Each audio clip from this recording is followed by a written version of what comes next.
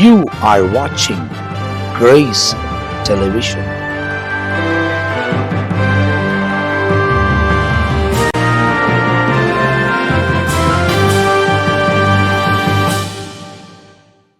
ஆண்டவரும் அருமை இரட்சகராக இயேசு கிறிஸ்துவின் நாமத்தினால் உங்கள் யாவருக்கும் எங்களுடைய அன்பின் வாழ்த்துக்களையும் ஸ்தோத்திரங்களையும் நாங்கள் தெரிவித்துக் கொள்கிறோம். தேவனுடைய பெரிதான கிருபையால் சுவிசேஷம் என்ற இன்னொரு பகுதியில் உங்களை சந்திப்பதிலே நாங்கள் மிகுந்த சந்தோஷம் அடைகிறோம். தொடர்ந்து இந்த நிகழ்ச்சியை உங்களுக்கு தொகுத்து வழங்க தேவன் பாராட்டுகிற கிருபைகளுக்காய் நன்மைகளுக்காய் நாம் கர்த்தரை ஸ்தோத்தரிக்க வேண்டும்.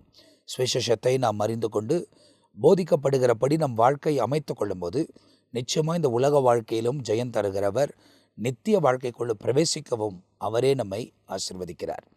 இந்த நிகழ்ச்சியில் நம் மத்தியில் தேவனால் பயன்படுத்தப்படுகிற தேவனுடைய திருச்சபையை நடத்துகிற தேவனுடைய ஊழியக்காரர்கள் நம் மத்தியில் தொடர்ந்து இந்த நிகழ்ச்சியில் கர்த்தருடைய சுவிசேஷத்தை அறிவிக்க நம் மத்தியில் வந்திருக்கிறாங்க. அதில் குறிப்பாக இந்த நாளில் நம் மத்தியில் பிஷப் ரெவரண்ட் பென்னியஸ் ஐயா வந்திருக்கிறாங்க. Praise Lord pastor. அதே நேரத்தில் நம் மத்தியில் ரெவரண்ட் ஜான் பீட்டர் ஐயா வந்திருக்கிறாங்க. Praise Lord pastor. ஸோ இந்த நிகழ்ச்சி தொடர்ச்சியாக நம் மத்தியில் தொகுத்து வழங்கி கொண்டிருக்கிறது. மீதி இருக்கிற 2 ஊழியக்காரங்க அவங்களுக்கு சில காரியங்கள் இருக்கிறதுனால அவங்க இந்த நேரத்தில் எங்கள் நடுவில் வர முடியல. ஆனாலும் தொடர்ந்து உங்களுக்கு சுவிசேஷம் அறிவிப்பதுக்கு தேவன் இரக்கம் பாராட்டுகிறார். போன எபிசோடில் நம்ம பார்க்கும்போது ஒருவேளை தனித்து நான் பேசியிருப்பேன். அதை வேறு ஏதாவது வசனங்களை வைத்து உங்களோடு கூட இந்த சுவிசேஷங்களை அறிவித்திருப்போம். ஆனால் தொடர்ச்சியாய் அறிவிக்கப்படுகிற அந்த எபிசோடுகளை நீங்கள் பார்க்கும்போது மத்தேயு எழுதின சுவிசேஷம் 5ஆம் அதிகாரம் கடைசி வரை நாம் தியானித்திருக்கிறோம். இந்த நாளிலே மத்தேயு எழுதின சுவிசேஷம் 6ஆம் அதிகாரத்தை நாம் தியானிக்க போகிறோம். ரொம்ப சுவாரஸ்யமான ஒரு காரியங்கள் எல்லாத்துலேயும் இருந்தாலும் இதில் அதிகமாக கற்றுக்கொள்ள வேண்டிய காரியங்கள் நிறையா இருக்கிறது. ஏன்னா இந்த காலத்துக்கு ஏற்றவாறு சில காரியங்கள் இதில் எழுதப்பட்டிருக்கிறத நம்ம பார்க்குறோம். முதலாவது நம்ம மத்தியில் 6ஆம் அதிகாரம் 1ஆம் வசனத்திலிருந்து 4ஆம் வசனம் வரை நம்ம மத்தியில் வர ஜான் பீட்டரை அவர்கள் வாசிப்பாங்க. அதுக்கு பிறகு நாம் நிகழ்ச்சிக்குள்ளே கடந்து போகிறோம். மனுஷர் காண வேண்டுமென்று அவர்களுக்கு முன்பாக உங்கள் தர்மத்தை செய்யாதபடிக்கு எச்சரிக்கையாயிருங்கள். செய்தால் பரலோகத்தில் இருக்கிற உங்கள் பிதாவினிடத்தில் உங்களுக்கு பலன் இல்லை. ஆகையால் நீ தர்மம் செய்யும்போது மனுஷரால் புகழப்படுவதற்கு மாயக்காரர் ஆலயங்களிலும் வீதிகளிலும் செய்வது போல உனக்கு முன்பாக தாரை ஊதுவியாதே. அவர்கள் தங்கள் பலனை அடைந்து தீர்ந்ததென்று மெய்யாகவே உங்களுக்கு சொல்லுகிறேன்.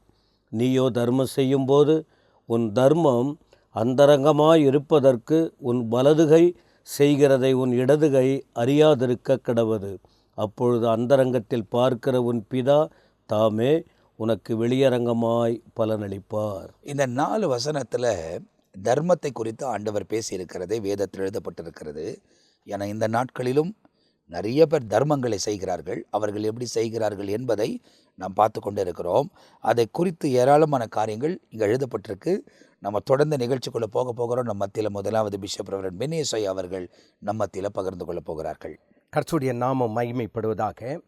மத்தேயு சுவிசேஷம் 5ஆவது அதிகாரம் 21வது வசனத்திலிருந்து 6ஆம் அதிகாரம் 34வது வசனம் வரையிலும் பார்க்கும்பொழுது இருதயத்தை குறித்தே ஆண்டவர் பேசுகிறார். இருதயம் எப்படி இருக்க வேண்டும், அதாவது குறிப்பாய் சொல்ல வேண்டும் என்றால் இன்றைக்கு 6ஆவது அதிகாரத்தை தியானிக்க போகிறோம். இருந்தாலும் 5ஆவது அதிகாரத்தில் 5ஆவது அதிகாரம் 21வது வசனத்திலிருந்து 26வது வசனம் வரையிலும் இருதயத்திலே வெறுப்பை குறித்து பேசுகிறார்.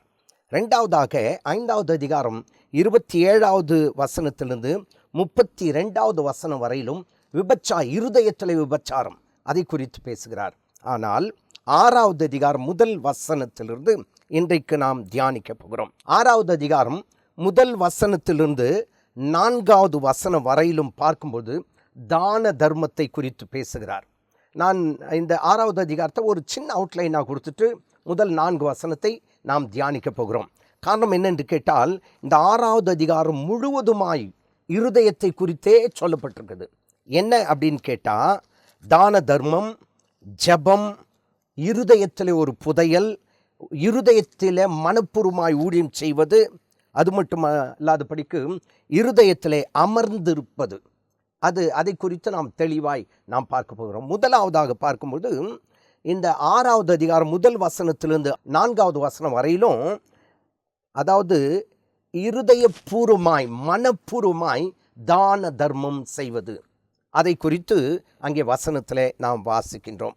ஆகவே மனுஷர் காண வேண்டும் என்று அவர்களுக்கு முன்பாக உங்கள் தர்மத்தை செய்யாதபடிக்கு எச்சரிக்கையாயிருங்கள். இப்போ இந்த இடத்துல ஒரு விஷயம் சொல்றார் பாஸ்டர், மனுஷனுக்கு முன்பதாய் ஆனந்த தர்மம் செய்யாதபடி எச்சரிக்கையாக இருங்கள். அப்படின்னா மனுஷனுக்கு முன்பதாக செய்யக்கூடாது என்பதை இயேசு ரொம்ப துல்லியமாக சொல்லியிருக்கிறது தான் இந்த வசனத்தில் எழுதுறது. ஏன்னு கேட்டால் மனுஷர் காணும்படியாய், மனுஷருக்கு முன்பாக நீங்கள் செய்யக்கூடாது. காரணம் என்னன்னு கேட்டால், நீங்கள் செய்கிற தான தர்மம் யாருக்கு தான் தரணும்? ஆண்டவர் கொண்டு தான் தரணும், பிதாவை கொண்டு தான். அவங்க என்ன நினைக்கிறாங்க அப்படின்னு சொன்னா, மனுஷர் காண வேண்டும் என்றே சிலர் செய்கிறார்கள். உதாரணமாக எசேக்கியேல் 33வது அதிகாரம், எசேக்கியேல் 33வது அதிகாரம் 31வது வசனத்தை சற்றே நாம் வாசித்து பார்ப்போம் என்றால், ஜனங்கள் கூடி வருகிற வழக்கத்தின்படியே உன்னிடத்தில் வந்து உனக்கு முன்பாக என் ஜனங்கள் போல உட்கார்ந்து உன் வார்த்தைகளை கேட்கிறார்கள். ஆனாலும் அவர்கள் அவைகளின்படி செய்கிறதில்லை. அவர்கள் தங்கள் வாயினாலே இன்பமாய் பேசுகிறார்கள்.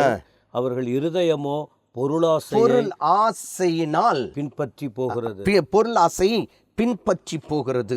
அப்ப என்ன அர்த்தம் அப்படின்னு பார்த்தா, அவங்களுடைய இருதயம் என்ன எதை செய்கிறது என்றால், மனுஷர் காணும்படியாய். அப்போ எல்லாரும் போலையும் வந்து என்ன பண்றாங்க, உட்காராங்க. எல்லாரும் போலையும் வசனத்தை கேட்கிறாங்க. ஆனால் அவருடைய இருதயமோ பொருளாசை நிறைந்ததாய், அதே நேரத்தில் பெருமை நிறைந்ததாய் அது காணப்படுகிறது என்று சொல்லி வசனத்திலே வாசிக்கிறது மாத்திரமல்ல. மத்தேயு 16வது அதிகாரம் 6வது வசனத்தை பாருங்க. இயேசு அவர்களை நோக்கி, பரிசேயர் சதுசேயர் என்பவர்களின் புளித்த மாவை குறித்து எச்சரிக்கையாயிருங்கள். அப்போ என்ன செய்கிறாங்க அப்படின்னு கேட்டால், ஒருத்தர் வந்து எல்லாரையும் என்ன பண்ணுறது, கெடுத்துறது. அதே போல் தான தர்மம் செய்கிறாங்க அப்படின்னு சொன்னால் பெருமைக்காக மேட்டிமைக்காக செய்வது, இவைகள் உங்கள் மத்தியில் இருக்கக்கூடாது என்று ஆண்டவர் எச்சரிக்கிறதாக நாம் வசனத்திலே வாசிக்கின்றோம். அது மட்டுமல்லாதபடிக்கு யோவான் 12வது அதிகாரம் 43வது வசனத்தை வாசித்து பார்ப்போம் என்றால், அவர்கள் தேவனால் வருகிற மகிமையிலும் மனுஷரால் வருகிற மகிமையை அதிகமாய் விரும்புகிறார்கள். அப்போ தான தர்மம் எதுக்காக செய்கிறாங்க? தேவ நாம மகிமைக்காக அல்ல. அப்போ தேவன் சொல்லியிருக்க வார்த்தையின்படி ஏன்னு கேட்டால், நாம் என்ன செய்யணுமா, எளியவர்கள் திக்கற்றவளை விசாரிக்கணும் அப்படின்னு வசனம் இருக்குது. அந்த வசனத்திற்கு கீழ்ப்படியாதபடிக்கு இந்த வசனத்தின்படி யோவான் 12வது அதிகாரம் 43வது வசனத்தின்படி அவர்கள் தேவனால் வருகிற மகிமையிலும் மனுஷரால் வருகிற மகிமையை அதிகமாக என்ன செய்கிறாங்க, விரும்புகிறார்கள். அப்போ அநேகர் தான தர்மம் செய்யும்போது என்ன செய்கிறாங்க, ஒரு சிலருக்கு பேர் கூட இருக்குது தர்மகர்த்தா அப்படின்னு. ஏன் அந்த தர்மகர்த்தா அப்படின்னு? நிறைய தர்மம் செய்கிறாராம், அதனால் அவருக்கு பேர் என்ன, தர்மகர்த்தா அப்படின்னு.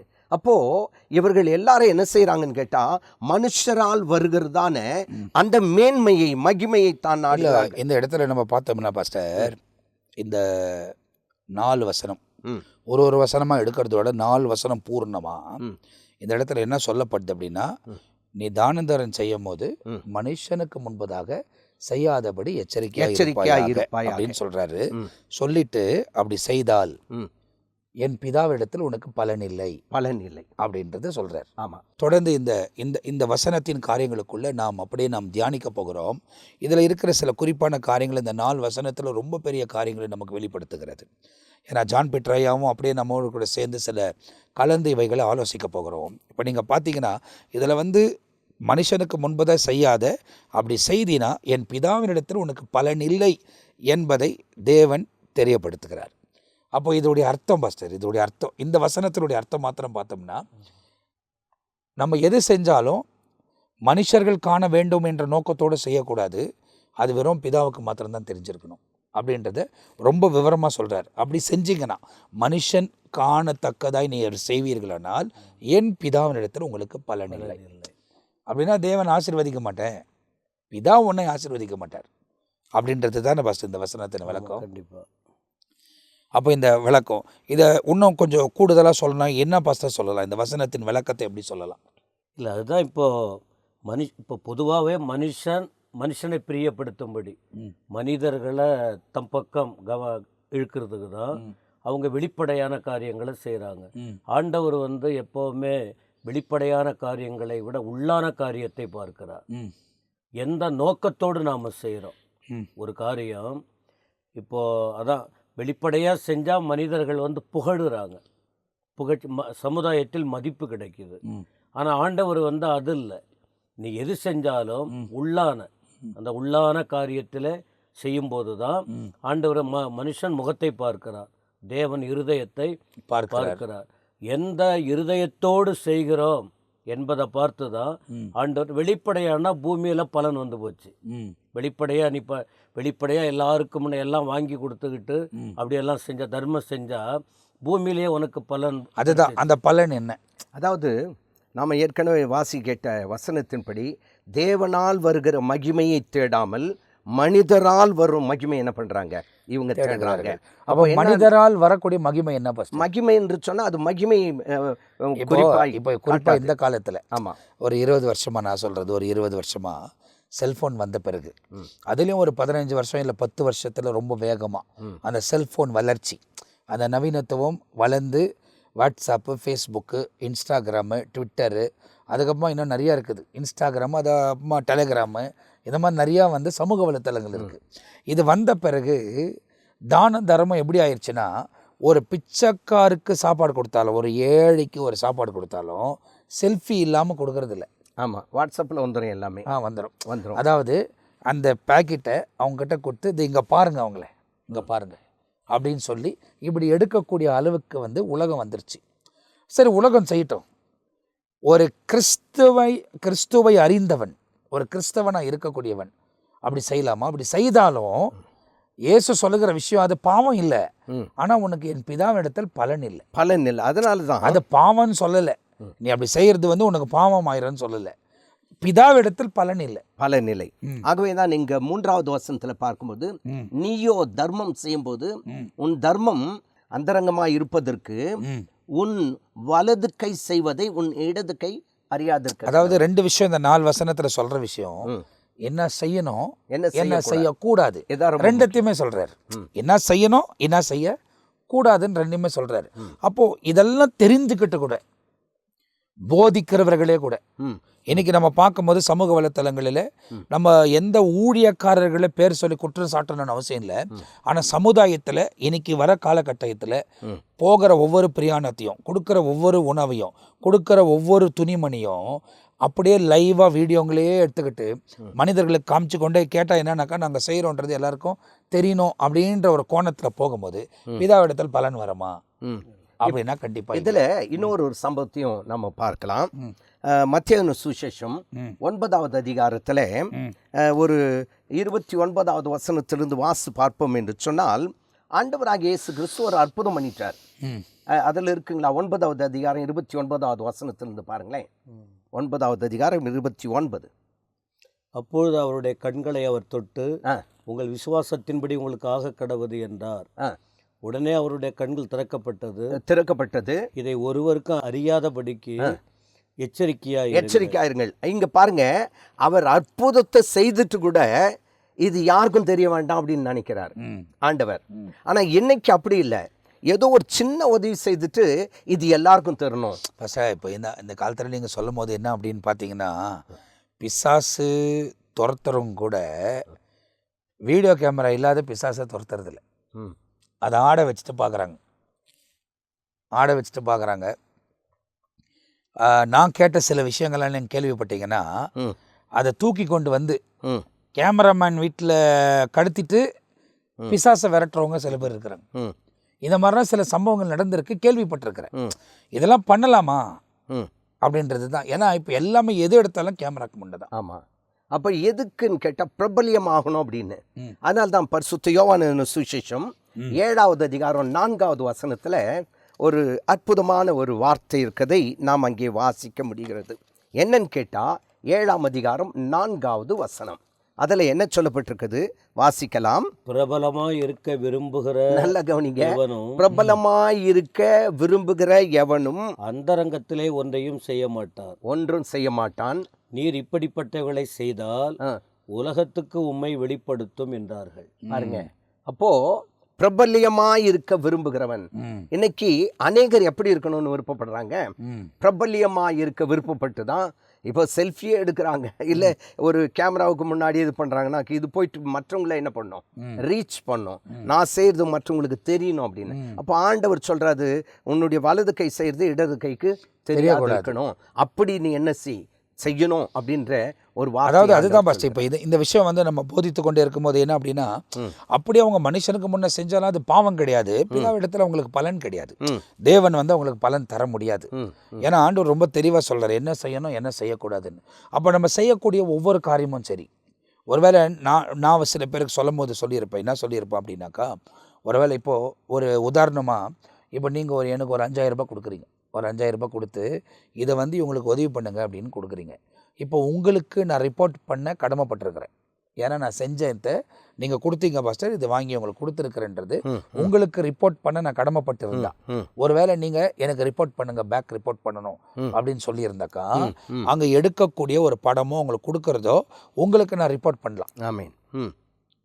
அதை காமிக்கலாம், ஃபஸ்ட்டு நீங்கள் கொடுத்தீங்க இந்த பணத்துக்கான இந்த செஞ்சுருக்குறோம் அப்படின்றத உங்களுக்கு பர்சனலாக அனுப்பினான் தவிர அதை வந்து பப்ளிசிட்டி பண்ணக்கூடாது.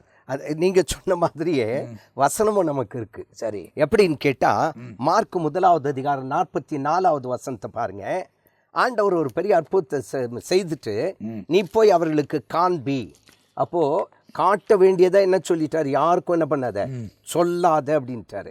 ஆனா இங்க என்ன சொல்றாரு பாருங்களேன், மார்க் 1வது அதிகாரம் 44வது வசனத்துல, ஆயினும் நீ போய் ஆசாரியனுக்கு உன்னை காண்பித்து நீ சுத்தமாக்கினது நிமித்தம் மோசே கட்டளையிட்டிருக்கிறவைகளை அவர்களுக்கு சாட்சியாக செலுத்து என்று கண்டிப்பா சொல்லி 2 விஷயத்தை பார்த்தோம்.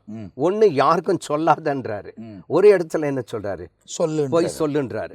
அப்போ சொல்ல வேண்டியதை சொல்லணும், சொல்லாமல் இருக்க வேண்டியதை மறைக்கணும். இது இல்லை, அதைத்தான் இந்த 4 வசனத்தினுடைய காரியங்கள் சுருக்கம். ஸோ உங்களுக்கு என்ன பாஸ்டர் இந்த வசனங்களை பார்க்கும்போது இதுலேருந்து என்ன செய்தி அவங்களுக்கு சொல்ல முடியும்? நம்மால தேவையுள்ளவர்களுக்கு கொடுக்கணும்.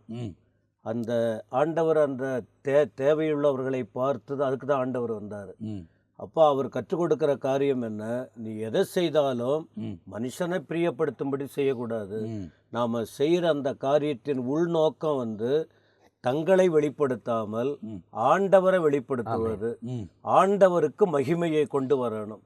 ஏன்னா ஏன் மனுஷன் இந்த தேவனுக்கு மகிமையை கொண்டு வராம தங்களுக்கு புகழ்ச்சியாக இந்த தர்மம் செய்யற காரியத்துல அவன் முன்ன வரான்னு சொன்னா, ஏற்கனவே பரலோகத்திலிருந்து தள்ளப்பட்ட சாத்தான் அவன் வந்து தேவனுக்கு போக வேண்டிய காரியத்தை தடுத்து நிறுத்தி தனக்கு வேணும்.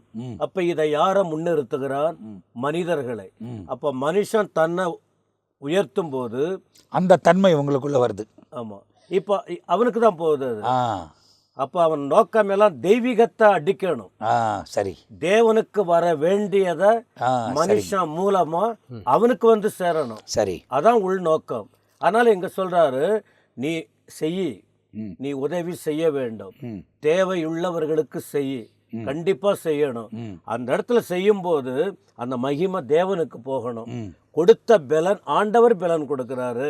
அந்த அவர் கொடுத்தவருக்கு அந்த மகிமை மேல போயிடுச்சுன்னா இவன் தன்னை மறைத்து கொள்ளுகிறான்.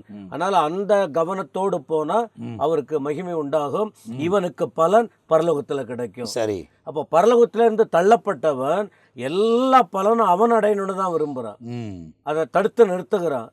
ஆனா ஆண்டவர் உனக்கான ஆசீர்வாதம் கொடுக்கணும்னு விரும்புகிறேன், நீ பரலோகத்துக்கு வரணும்.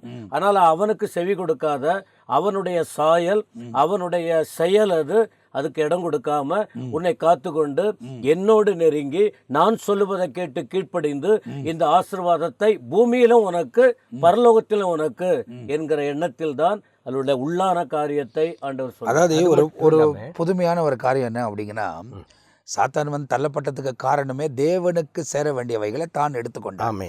இப்போ அதே போல சாத்தான் வந்து தேவனுடைய சாயலாய் உருவாக்கப்படல, அவன் தேவனால் உருவாக்கப்பட்டு இருந்தாலும், ஏன்னா எசேக்கியேல் 28ஆம் அதிகாரத்தில் அவன் உருவாக்கப்பட்ட கேரு என்பதாய் சொல்லப்பட்டிருக்கு. அவனை தேவன் சிருஷ்டித்திருந்தாலும் நம்ம போல அவனை சிருஷ்டிக்கல, நம்மளை வந்து தன் சாயலாவே தேவன் சிருஷ்டித்தார். அப்போ அந்த பொறாமை அவனுக்கு இருந்தே இருக்குது பாருங்க. அந்த பொறாமை அவனுக்கு இருந்தே இருக்கு. அதனால தான் மனிதர்களை தேவனுக்கு விரோதமாய் திருப்புகிறான்.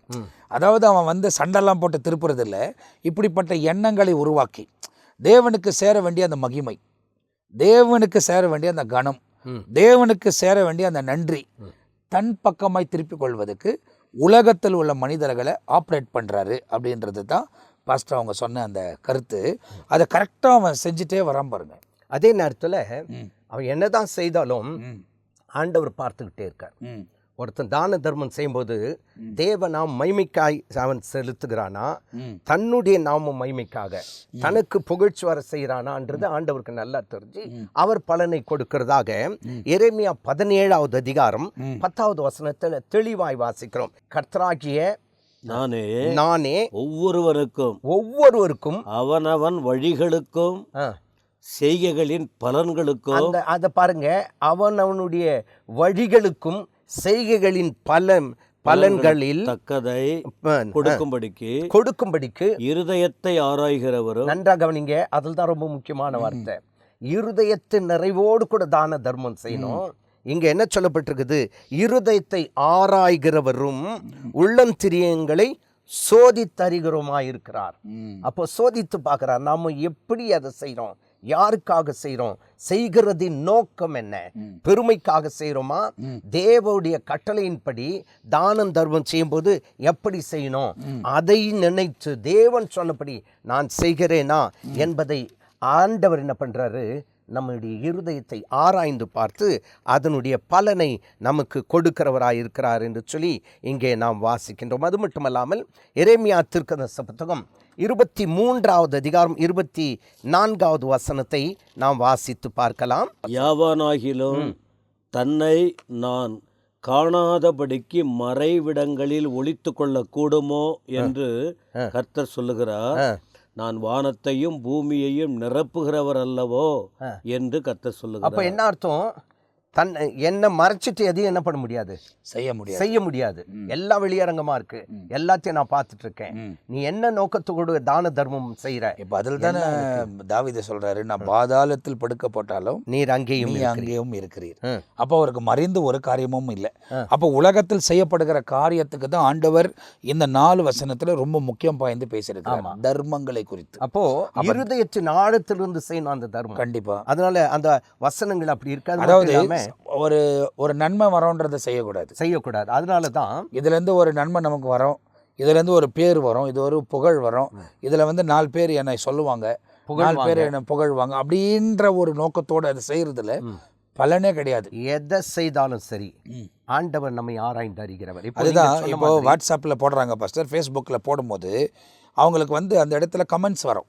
எத்தனை நண்பர்கள் இருக்கிறாங்களோ சில பேர்லாம் கமெண்ட்ஸ் கொடுப்பாங்க. என்ன கமெண்ட்ஸ் கொடுப்பாங்கன்னா, beautiful, good, well done, God bless you, keep it up, keep doing it. இதுதான் அங்கே கொடுக்கக்கூடிய சின்ன சின்ன வார்த்தை.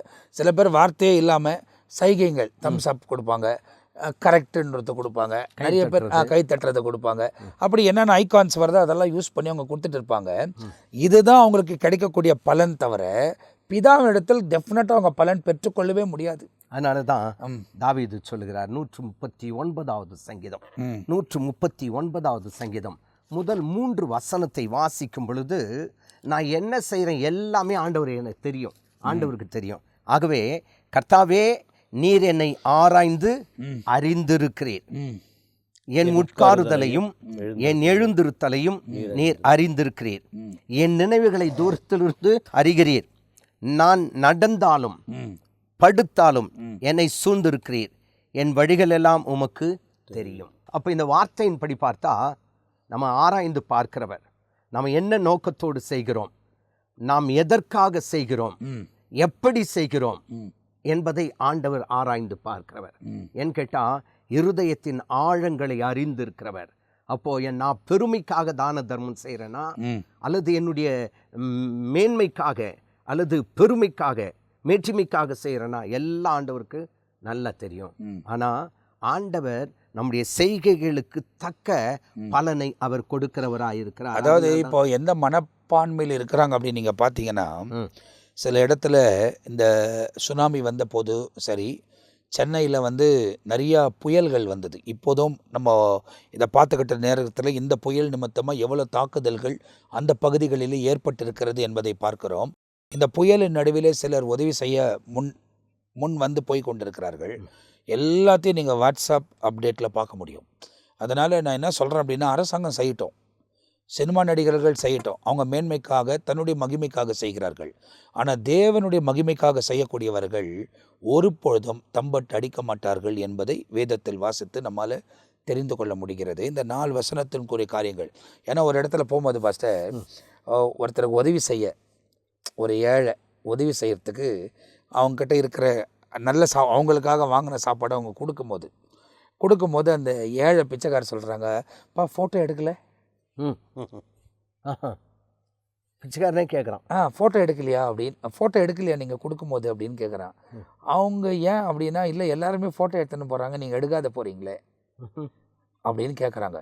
அந்த மனப்பான்மைக்குள்ளே அவர்களும் வந்து விட்டார்கள். அந்த வர்தா புயல் வந்தபோது அப்போ சென்னை பகுதியில் போய் சில இடங்களுக்கு சில காரியங்களை செய்ய நேரிட்ட போது சில ஜனங்கள், ஏன்னா ரொம்ப நல்லா வாழ்ந்தவர்கள் பெரிய பாதிப்புக்குள்ளாயிட்டாங்க. அதனால் அவங்க மன உளைச்சல் தாங்க முடியல, அவங்களால வெளியே போக முடியல. வீடு வந்து ஃபுல் ஃப்ளோர் முழுகி இருக்குது, எல்லா பொருளும் சேதமாயிருச்சு. யாரும் அவங்களுக்கு கொடுக்க போகிறதில்ல. அரசாங்கம் வந்து பேசினாலும் எல்லாத்தையும் முற்றிலுமாக செய்ய போகிறதில்ல. இவங்க திரும்ப எப்படி அதிலேருந்து ரீகவரி ஆகிட்டு வரப்போகிறாங்கன்ற ஒரு அதிர்ச்சியில் அவங்க இருக்கிறாங்க. அப்படிப்பட்ட நேரத்தில் ஒரு சின்ன ரேஷன் பேக் கொடுத்தா கூட ஃபோட்டோ எடுக்கக்கூடியவங்கள அந்த இடத்துல வந்து கேட்குறாங்க, ஃபோட்டோ எடுக்கிறதுனா எங்களுக்கு வேண்டாங்க அப்படின்னு கையை எடுத்து கும்பிட்டு கேட்குறாங்க. என்கிட்ட அந்த அளவுக்கு வாழ்ந்தவர்கள், அந்த அளவுக்கு அவங்க கஷ்டப்படுறாங்க. இப்போது ஏழைங்க ரோட்டில் உட்காந்துருக்கிறவங்களும் அவங்க அதை குறித்து தெரியாதவங்க ஃபோட்டோ எடுக்கலீங்களான்னு கேட்குறாங்க. அவங்க வந்து எடுக்காதீங்க, அப்படி எடுக்கிறதுனா எங்களுக்கு வேண்டாங்க அப்படின்னு சொல்கிற மாதிரி சொல்லக்கூடிய நிறைய பேர் பாதிக்கப்பட்டிருந்தாங்க. அப்போ இன்னைக்கு வந்து ஒரு வேளை நம்ம ஒரு தர்மம் செய்யக்கூடியோம் போகிறோம் அப்படின்னு சொன்னால், இயேசு நமக்கு சொல்லுகிற விஷயமே, இதை எதுலேயும் காமிக்காத, நீ அந்தரங்கத்தில் செய், பிதா உனக்கு வெளியரங்கமாய் பலன் தருவார். பைபிளில் ஒருத்தர் தர்மம் செஞ்சிருக்காரு, கர்த்தரை சாட்சியாக வெளிப்படுத்தியிருக்காரு. அவன் நோக்கம் நல்லா இருந்திருக்கு. யாரு? கொர்நேலியோ. அப்போ இந்த கொர்நேலியோ குறித்து தொடர்ச்சியாக அடுத்த எபிசோடில் நம்ம பார்க்க போகிறோம். இந்த வசனம் இன்னும் முடியல. இந்த 4 வசனத்துக்குள்ள காரியங்கள் இன்னும் ஏராளமாக இருக்குது. ஏன்னா இந்த நாட்களில் நடக்கிற சம்பவங்கள், ஏன்னா சமூக வலைத்தளங்கள் வந்துட்டதுனால இப்போ தானம் தர்மம் செய்யக்கூடிய ஏராளமானவர்கள். ஆனால் அப்படி இதில் வரக்கூடாதவர்கள் நிறைய பேர் இருக்கிறாங்க. சமூக வலைத்தளத்தில் போடாத உதவி செய்து கொண்டு இருக்கிறாங்க. அவங்க யாருன்னு நமக்கு தெரியாது. ஆனால் கர்த்தர் அறிந்து வைத்திருக்கிறார். அதுக்கு பலனை கட்டாயம் கர்த்தர் தருவார். அதுக்கு ஏற்ற பலனை கர்த்தர் தருவார். ஆனால் இவைகள் எல்லாவற்றையும் இந்த சமூக வலைத்தளத்தில் காமிச்சு செய்கிறவங்களுக்கு அங்கேருந்து உங்களுக்கு பலன் கிடையாது. பிதா இடத்துல உங்களுக்கு பலன் கிடையாது. இந்த உலகத்தில் தான் உங்களுக்கு பலன் என்பதை வேதத்தில் எழுதப்பட்டிருக்கு. என்ன பலன் அப்படின்றதையும் உங்களுக்கு சொல்லிட்டேன். ஏன்னா அந்த கை தட்டுறது, இல்லை விசில் அடிக்கிறது, இல்லை உங்களை பார்த்து அப்ரிஷியேட் பண்ணுறது, நீங்கள் பெறீங்க பார்த்தியா கமெண்ட்ஸ், அது ஒண்டி தான் உங்களுக்கு பலன் தவிர அது நிமித்தமாக ஒரு நன்மை வராது. ஏன்னா சில பேர் சொல்கிறத கேட்டிருக்கிறேன், இந்த மாதிரி நாங்கள் செய்கிறத பார்த்த உடனே நிறைய பேர் உதவி செய்ய வராங்க. அவங்க வந்து நான் இவ்வளோ கொடுக்கட்டோமா, நான் அவ்வளோ கொடுக்கட்டுமா, நீங்கள் செய்கிறீங்களா அப்படின்னு கேட்டு உதவி பண்ணுறாங்க. ஒருவேளை அதுதான் உங்கள் பலனாக இருக்கலாம் தவிர பிதாவிடத்தில் ஒரு நாளும் நீங்கள் பலன் பெற முடியாது. ஆனால் எதையும் நீங்கள் ரகசியமாக செய்தீங்கன்னா, ஒரு கிளேசம் தண்ணி கொடுத்தாலும் அதுக்கான பலன் அடைந்து தீர்வீர்கள் என்பதாக எழுதப்பட்டிருக்குது. அதனால் நம்முடைய ஆண்டவர் இரவும் பகலும் நோக்கமாக இருக்கிறவர். வசனத்தின் ஆதாரத்தில் நிறைய காரியங்கள் பேசப்பட்டிருக்கிறது. ஆனால் இந்த வசனத்தின் துவக்கத்தை தொடர்ச்சியாய் நாம் சில காரியங்களை நாம் பார்க்க போகிறோம். அடுத்த எபிசோடில் பார்க்க போகிறோம். இந்த எபிசோடில் நம்ம மத்தியில் வந்து தேவனுடைய வார்த்தைகளை பகிர்ந்து கொண்ட தேவனுடைய ஊழியக்காரர்களுக்காக நான் மிகவும் நன்றி சொல்லுகிறேன். ஆண்டவர் பெரிய காரியங்கள் உங்கள் மத்தியில் செய்வார். தொடர்ந்து இந்த சுவிசேஷம் என்ற நிகழ்ச்சியில் இணைந்திருங்கள். அடுத்த எபிசோடில் உங்களை சந்திக்கிற வரை நாங்கள் உங்கள்கிட்ட விடை பெறுகிறோம். கர்த்தர் உங்களை ஆசீர்வதிப்பாராக. ஆமேன், ஆமேன்.